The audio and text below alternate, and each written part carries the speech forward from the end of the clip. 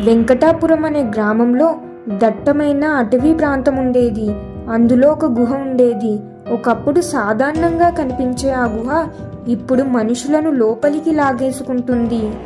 ఆ గుహ దగ్గరకు వెళ్ళిన వారు తెలియకుండానే ఒక అదృశ్య శక్తికి లోబడి లోపలికి వెళ్ళిపోతున్నారు. ఒకరు ఇద్దరు కాదు, రోజు రోజుకు మనుషులు కనిపించకుండా పోవడం ప్రారంభించారు. ఈ వార్తలు చుట్టుపక్కల ప్రాంతాలకు వ్యాపించాయి. ప్రజలందరూ చాలా భయపడ్డారు. పోలీసులు, ప్రభుత్వం ఎంత ప్రయత్నించినా ఈ రహస్యాన్ని ఛేదించలేకపోయారు.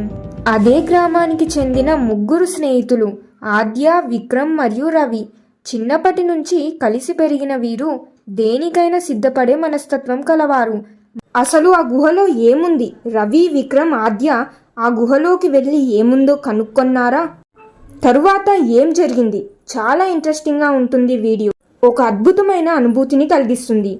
మిస్ అవ్వకుండా ఈ వీడియోని చూడండి. అద్భుతంగా ఉంటుంది, ఒక సినిమా మాదిరి. లింక్ కింద ఉంది.